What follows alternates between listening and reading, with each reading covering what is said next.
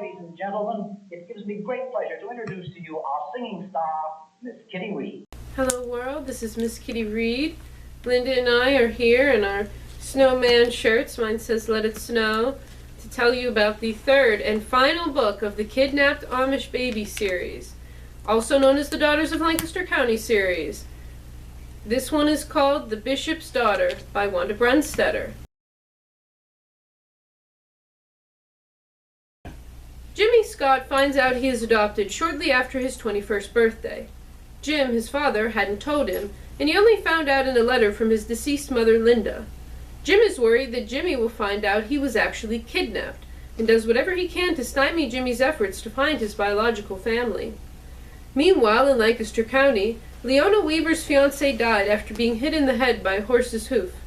She determines to never love again and focuses her efforts on her job as a schoolteacher. She's hit in the face by a baseball thrown by one of her students, breaking her nose. Jimmy goes to Maryland to find the lawyer who finalized his adoption, but he learns the adoption did not happen. He calls Jim the only man he has ever called Dad, and Jim finally has no choice but to tell the truth, that he kidnapped Jimmy from an Amish farm. Jimmy doesn't believe Jim at first, thinking his alcoholic father is just trying to put another obstacle in his path, but goes to Lancaster County anyway. He tries at first to ask people if they knew of a kidnapped Amish baby, but after he doesn't get any information, stops asking. He ends up at the store run by his sister Naomi, and since his kidnapper/father runs a painting business, gets a job with a painting company run by Amish bishop and father of Leona, Jacob Weaver. Jimmy begins to enjoy living among the Amish and becomes close with Jacob and his family. Naomi and Abraham have a falling out after he discovers she had his kidnapped son Zach's quilt and never told him. Jacob falls from a ladder on a painting job.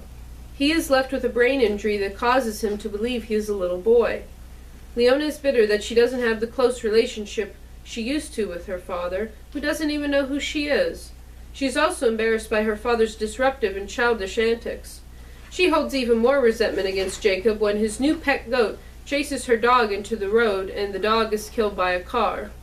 Jacob takes a great liking to Jimmy, and so Jimmy often spends time at the Weaver household. Jimmy is ignoring his own father's calls. Jimmy and Leona fall in love, but neither reveals this to the other, as they can never be together, with her as a baptized Amish woman. Abraham Fisher, Jacob's friend and actually Jimmy's father, repeatedly rudely tries to keep Jimmy from Leona. Jimmy eventually sees that loving Leona can only bring her pain, so he leaves Lancaster County. Jimmy returns to his father/kidnapper Jim in Washington. Jim had been dating Holly, a woman who was a recovered alcoholic and had started improving himself with her help. When things got serious, Jim told Holly that he had kidnapped Jimmy. She breaks up with him. When Jimmy finds him, he is in sad shape, having gone on a drinking binge. Holly shows up and apologizes for breaking up with him, and they get back together. Jim says that he wants the peace and forgiveness Holly and Jimmy have found through Jesus, and so the two lead him to a Protestant conversion moment.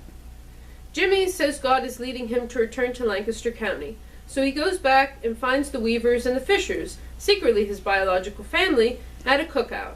Leona is overjoyed to see Jimmy again, but still cannot be close to him. Jacob yells out for her, remembering her full name, and she runs to him moments before the tree she was standing under falls down. She accepts her father as he is and apologizes for being embarrassed by him. Jacob recognizes the birthmark behind Jimmy's ear and addresses him as Zach. The whole gathering is amazed, but Abraham does not believe it at first. Jimmy tells the group his backstory, and they tell him about the kidnapping. Jimmy said he had not told them because he feared they would press charges against his father/kidnapper. Jimmy and Abraham embrace. Jimmy says he wants to be Amish and marry Leona. During the family reunion, Jacob regains his memory. Jimmy, now going by Zach, and Leona get married, both trusting God and loving their families. The end. Wow, I am very disappointed by this book. There was just too much going on, but not the things you would want to have going on. We spent the first 60 pages of the book with the only plot point from Leona's part being that she broke her nose. I don't care. Then there was the contrived drama between Jimmy and Abraham. It just made Abraham unlikable again when he was barely likable throughout the series to begin with. And what was up with Jacob losing his memory? It was boring and added nothing to the story but a way to drag out the drama of Jimmy finding his family. After Leona came to accept her father as he went back to normal. Then what was the point of that?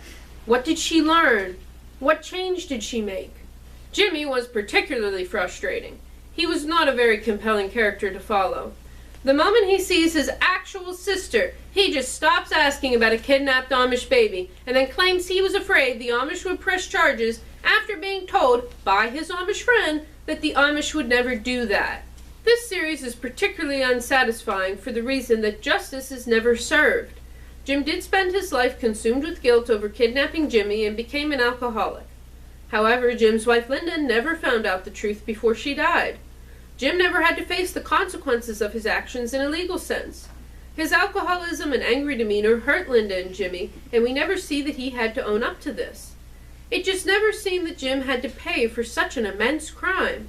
Yes, he did come to Christianity, find love, and turn his life around, but his redemption can only come with true repentance for his sins. The reader is left feeling as if the crime was never addressed. This series works best when it examines long-term consequences. The long-term consequences of Zach being stolen, the consequences of Abraham treating Naomi like his servant, the consequences of Naomi running away, the consequences of Abby's workaholic behavior, the consequences of Jimmy finding he is adopted. The book would have been immensely better if Jimmy had found his family early on in the book and then had to adjust to them and to the Amish culture while falling in love with Leona. As it is, we hardly have any interactions between Jimmy and his biological family, and then he just becomes Amish between the last chapter and the epilogue. We should have seen all that instead of random side plots about Abner Lapp asking Leona and Jimmy's sister out, and Naomi's daughter having dyslexia. I couldn't possibly be less interested in these plot points, and they added nothing to the core story of Jimmy. I am very disappointed that I read this series.